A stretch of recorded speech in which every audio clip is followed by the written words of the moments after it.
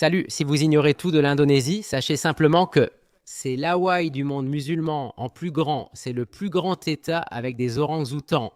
Pas de chute, allons directement à la chanson d'intro. Il est temps d'apprendre la géographie. Bonjour, je suis Barbie. Comme certains le savent, je suis allé en Indonésie sur une île pendant 3 heures et j'y ai mangé un plat. En somme, je suis l'expert de l'Indonésie, non ? Eh bien, sinon, je suis un peu le seul gars sur YouTube à faire des vidéos de profil complet comme celle-ci. Donc pour l'instant, vous allez devoir me supporter pendant, disons, les 12 prochaines minutes environ. Youpi par défaut. Très bien. Donc si vous ignorez tout de l'Indonésie, imaginez que le Moyen-Orient et l'Asie du Sud ont eu des enfants très colorés, bruyants et un peu explosifs. Comme beaucoup d'entre eux, ça n'aide pas. Tout d'abord, l'Indonésie est le plus grand pays archipel du monde, situé exactement là où l'océan Indien rencontre l'océan Pacifique, sur un ensemble incroyablement dense d'îles, formant 6 pays connus sous le nom de Nusantara, ou l'archipel malais, l'archipel indonésien. Bien sûr, tout ce qui te rend heureux. L'Indonésie a en fait des frontières terrestres avec 3 de ces pays, le Timor oriental, la Papouasie-Nouvelle-Guinée et la Malaisie. Sur la plus grande île, Bornéo ou Kalimantan, qui est l'une des 2 seules îles au monde partagées entre 3 pays, l'autre étant Chypre. En comptant la zone tampon de l'Organisation des Nations Unies, on a presque 4 entités, mais l'Organisation des Nations Unies n'est pas un pays. Regarde juste l'épisode sur Chypre. Le pays compte 34 provinces, dont 5 à statut spécial, comprenant la capitale et la ville la plus peuplée. Jakarta est située sur Java, l'île la plus peuplée du monde, qui abrite près de la moitié de toute la population de l'Indonésie. Après Jakarta, les plus grandes villes sont Surabaya et Bandung sur Java et Medan sur Sumatra. Aéroports internationaux de Jakarta, Soekarno-Hatta, Bali, Ngurah Rai et Surabaya, Juanda, maintenant. C'est ici que les choses deviennent un peu spéculatives. Aujourd'hui, il y a encore des débats sur le nombre exact d'îles que compte l'Indonésie. L'Agence nationale de coordination pour la cartographie et l'arpentage affirme que l'Indonésie en compte environ 13 500. L'Institut national d'aéronautique et l'Agence spatiale disent qu'il y en a environ 18 300, tandis que le gouvernement indonésien en revendique environ 17 500. Quoi qu'il en soit, il y en a beaucoup. Plus de 8 800 ont un nom et plus de 9 scènes sont habitées en permanence. On pourrait croire qu'ils ont le plus d'îles, mais la Finlande et le Canada en comptent encore plus. Beaucoup de leurs îles sont en fait de petites îles dans des lacs. Est-ce que ça compte vraiment ? Parlons maintenant des 5 provinces administratives spéciales. Aceh, Yogyakarta, Papouasie occidentale, Papouasie et la capitale Jakarta. Jakarta, la capitale, est une entité politique distincte, comme dans de nombreux pays. Et les autres, d'abord, Aceh est la seule province d'Indonésie où la loi islamique s'applique totalement. Elle possède aussi beaucoup de pétrole. Oui, ils ont affirmé une idéologie indépendante qui les distingue du reste de l'Indonésie. Yogyakarta est la seule région toujours dirigée par une monarchie précoloniale, le sultan qui est gouverneur héréditaire. Nous avons aussi les 2 Papouas, autrefois la province d'Irian Jaya, divisée en 2 en 2003. Cet endroit se distingue du reste de l'Indonésie, sa culture et son histoire ressemblant davantage à celle de la Papouasie-Nouvelle-Guinée voisine. Pourquoi cette région appartient-elle à l'Indonésie ? En bref, l'Indonésie a décidé de reprendre tous les territoires colonisés par les Néerlandais après avoir obtenu sa souveraineté. Les Papous étaient mécontents, alors l'Indonésie a proposé un vote pour rester ou partir. Cependant, nous vous exhortons fortement à prendre la bonne décision. Alors ils ont voté pour rester. Beaucoup de gens se sont plaints. Il y a encore une certaine opposition aujourd'hui et jusqu'à présent, la région bénéficie d'un niveau d'autonomie relativement élevé. Et le gouvernement les laisse plus ou moins tranquilles, sauf quand il s'agit d'exploiter les ressources minières. Ah, et la région du Sud Moluku a aussi une sorte de conflit d'indépendance en cours. Les principaux opposants au gouvernement indonésien sont surtout aux Pays-Bas. Ensuite, il y a les étranges îles Rio, qui semblent devoir appartenir à la Malaisie, mais ce n'est pas le cas, même si elles ont une culture fortement dérivée des Malais. Ensuite, il y a le bloc maritime d'Ambalat, qui possède une tonne de pétrole que l'Indonésie et la Malaisie se disputent. Donc, cela couvre essentiellement la plupart des divisions administratives de l'Indonésie. Parmi les sites remarquables d'Indonésie figurent le monument national, le musée, le palais royal Keraton, le palais de Yogyakarta, Ratu Boko et les églises de Magelang, dont celle en forme de poulet. Le temple de Borobudur est en lice pour être le plus grand temple bouddhiste du monde, le palais Monlun, la mosquée souterraine Taman-Sodi, le monument de l'Équateur, les temples de Purulun, d'Anu et du lac Bratan. J'essaye de le dire 5 fois vite, mais un loun en bas. Comme le pont du millénaire, le temple sacré des singes, la bouche de l'enfer ou la grotte de l'éléphant, la pagode à 7 étages de Cebu, les villages de momies fumées Dikmenji Wika en Papouasie. Ou, si tu es paresseux, va au Timon Mini Indonésie dans le parc, où tu trouveras des répliques de sites célèbres d'Indonésie. Aussi, garde à l'esprit qu'il y a des bâtiments de style colonial néerlandais partout, Trop de temples et de pagodes anciens pour tous les énumérer, peu importe combien de bâtiments et de monuments sont construits. Ils ne seront jamais comparables à ce que Mère Nature a créé. L'Indonésie, c'est comme cet ex qu'on a eu dans la vingtaine, présenté par un ami idiot, super attirante, mais qui a failli te tuer. L'Indonésie est située sur le plateau continental préhistorique, appelé Sunda Land. Pendant l'ère glaciaire, presque toutes les îles étaient reliées avant la ligne de Wallace, jusqu'à la fonte des glaces. Maintenant, c'est là que les choses deviennent vraiment compliquées. Non seulement l'Indonésie se trouve en plein dans la pire partie de la ceinture de feu, mais le pays est littéralement coincé entre trois grandes plaques continentales convergentes, l'eurasienne, la pacifique et l'australienne, avec des dizaines de petites plaques et de failles comme la Sunda, Timor, Benda, Moluques et ainsi de suite. L'Indonésie compte plus de 400 volcans, probablement plus que tout autre pays, dont plus de 150 actifs, ce qui en fait le pays le plus volcanique. Cela signifie qu'au quotidien, l'Indonésie subit en moyenne environ 4 tremblements de terre par jour, allant de petits et timides de magnitude 3 à des secousses notables de magnitude 6 sur l'échelle de Richter. On ignore toujours où et quand ils surviendront. Impressionnant. Cependant, les volcans sont bénéfiques près de l'équateur, où le climat chaud et humide favorise l'accumulation d'humidité et de minéraux, rendant les terres très fertiles. Ainsi, Hawaï et l'Islande, toutes deux îles volcaniques, sont très différentes. L'Indonésie possède une flore et une faune abondantes, deuxième concentration mondiale après le Brésil, avec de nombreuses espèces endémiques. La Rafflesia arnoldi et l'Arum titane, plus grandes fleurs du monde, dégagent une odeur de charogne. Avec plus de 180, ils ont la plus grande concentration mondiale de mammifères. En réalité, l'animal national est un reptile géant de 3 mètres, le plus grand au monde. Le dragon de Komodo, présent en grand nombre sur l'île du même nom, peut tuer des gens. Juste pour vous prévenir, et l'animal qui n'est étonnamment pas l'animal national, même si tout le monde le connaît et l'adore. Les orang-outans, seuls grands singes d'Asie, vivent uniquement sur cet archipel. Les orang-outans semblent calmes, mais peuvent arracher un bras s'ils sont en colère, alors évite cela. Sinon, la plus haute montagne, Puncak Jaya, est à l'est en Papouasie. Le Kapuas, plus long fleuve, traverse Kalimantan, Bornéo d'est en ouest, jusqu'à la mer de Chine méridionale. Le lac Toba, plus grand lac volcanique du monde, est situé à Sumatra.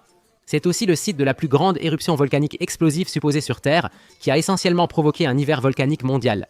L'éruption était si massive que l'on peut littéralement observer des cendres de l'explosion qui sont allées jusqu'au Malawi à l'est.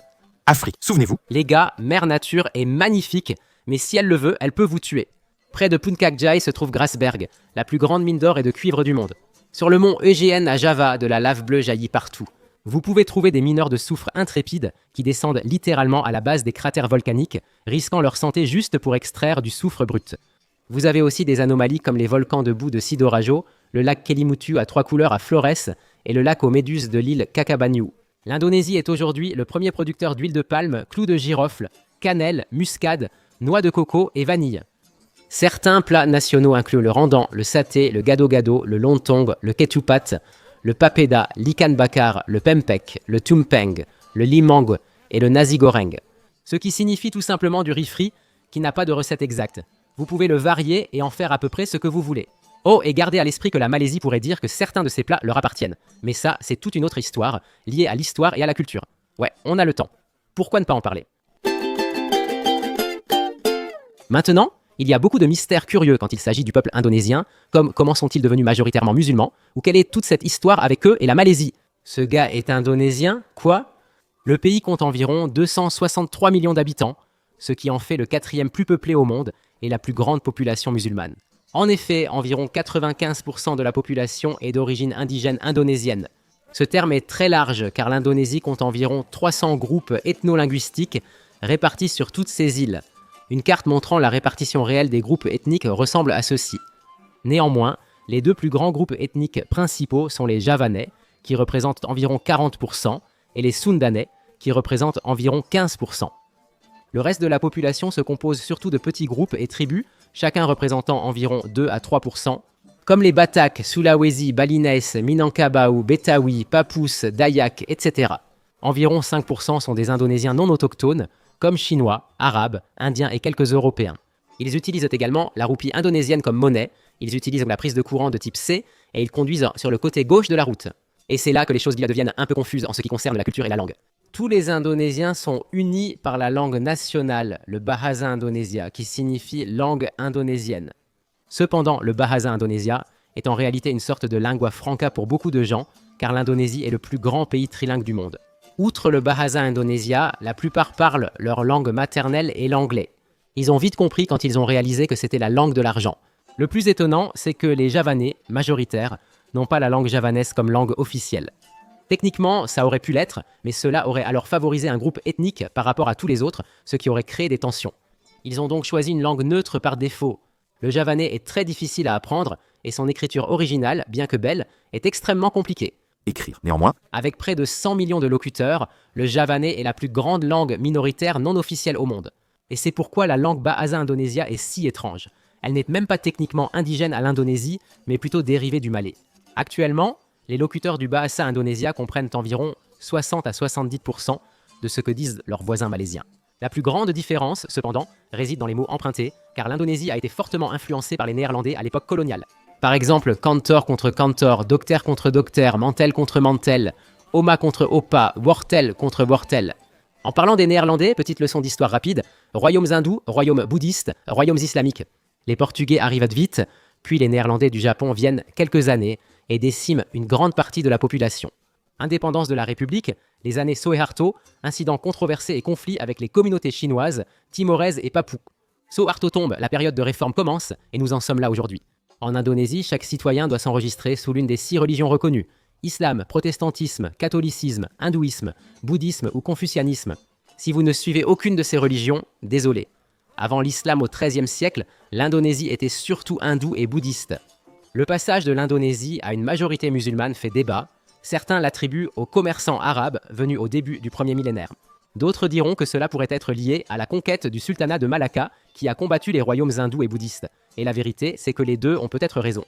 Bali est ainsi devenu le dernier refuge pour les hindous restants. Nusa Tenggara orientale et la Papouasie sont restées majoritairement chrétiennes grâce à l'évangélisation hollandaise et portugaise. La culture islamique indonésienne diffère de celle du Moyen-Orient. La plupart des mosquées n'ont pas de dôme et ressemblent souvent à des temples hindous comme la grande mosquée de Dumak. Lorsqu'un membre de la famille décède, ses proches se réunissent souvent et prient pendant toute une semaine. Et puis à nouveau le 40e jour, puis pour l'anniversaire d'un an, puis le 500e jour, et ainsi de suite. La veille de l'Aïd al-Fitr, les jeunes se réunissent et parcourent les quartiers en récitant le takbir. Ce sont des choses que l'on ne trouve pas vraiment au Moyen-Orient. Les coutumes vestimentaires en matière de modestie sont assez souples. Toutes les femmes musulmanes ne portent pas le hijab. Celles qui le portent peuvent aussi l'associer à des vêtements occidentaux, comme des t-shirts de marque Moulan et des jeans. En Indonésie, j'ai vu une femme en hijab avec manches courtes et pantacourts, ses mollets visibles. Je me suis demandé si c'était autorisé. Aujourd'hui, cela dépend du lieu, mais de nombreux peuples autochtones perpétuent les traditions ancestrales. De la danse des bougies Minangkabau aux joueurs de gamelan de Yogyakarta, du théâtre d'ombre Wayang, festival balinais, tournoi Pencak Silat de Sumatra, aux peintures à motifs Kenya des tribus de Kalimantan. Le jeu mortel Pazola pratiqué par les peuples Sumba, les courses de vaches Karbeng sur l'île de Madura, les étranges traditions funéraires du peuple Toraja. Ces maisons longues pointues sont partout.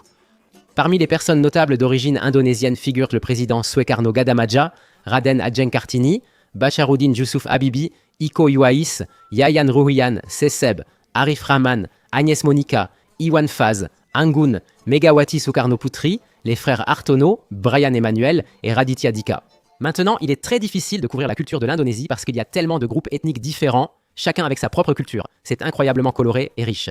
J'aimerais en couvrir plus, mais il faut passer à la diplomatie, n'est-ce pas ? L'Indonésie est le pilier de l'Asie du Sud-Est avec la plus grande population, économie et membre du G20. Ils savent donc gérer les relations. Les autres nations musulmanes du Moyen-Orient s'entendent en général bien avec l'Indonésie, qu'elles voient comme leurs cousins asiatiques. Les Indonésiens constituent le plus grand groupe de pèlerins pour le Hajj à la Mecque. Des controverses ont eu lieu avec l'Arabie Saoudite sur les abus envers les migrants et la peine de mort. Depuis, l'Indonésie a fortement réduit ses programmes d'expatriation. Les États-Unis, les Pays-Bas et l'Australie restent leurs principaux soutiens non asiatiques. Les États-Unis ont joué un rôle clé dans l'indépendance de l'Indonésie et collaboré étroitement pendant la guerre froide, en plus du commerce. Les Pays-Bas gardent des liens forts avec l'Indonésie malgré le passé colonial et accueillent un paquet de nombreux Indonésiens. Ils ont aujourd'hui la deuxième plus grande population d'Indonésiens hors Indonésie, après la Malaisie, avec près de 2 millions de personnes. L'Australie fournit une grande partie de l'aide à l'Indonésie, surtout après des catastrophes. Malgré quelques controverses sur l'immigration et des attaques contre des Australiens à l'étranger, leurs liens restent généralement forts. L'Indonésie et la Malaisie sont comparés à la Colombie et au Venezuela en Asie du Sud-Est. Ils sont comme des jumeaux séparés à la naissance et entretiennent une étrange relation d'amour-haine. Les Malais accusent les Indonésiens de voler leur culture et leur langue. Les Indonésiens les trouvent ingrats malgré l'aide reçue pendant la guerre, mais en se rencontrant, ils agissent comme de vrais frères. Pourtant, la plupart des Indonésiens que j'ai rencontrés considèrent le Japon comme leur meilleur ami, bien que ce pays ait causé de nombreux problèmes durant la Seconde Guerre mondiale. Ils sont passés à autre chose, et le Japon est maintenant leur principal partenaire d'exportation. Les touristes viennent toute l'année. Les deux pays se soutiennent depuis plus de 50 ans. En conclusion, le peuple indonésien ressemble beaucoup à ces îles, nombreux avec une diversité luxuriante, colorée et parfois étrange. Parfois, un cyclone, un tremblement de terre ou un volcan de controverse éclate, mais à la fin de la journée, ils prospèrent toujours ensemble comme un seul peuple. Restez avec nous, l'Iran arrive après.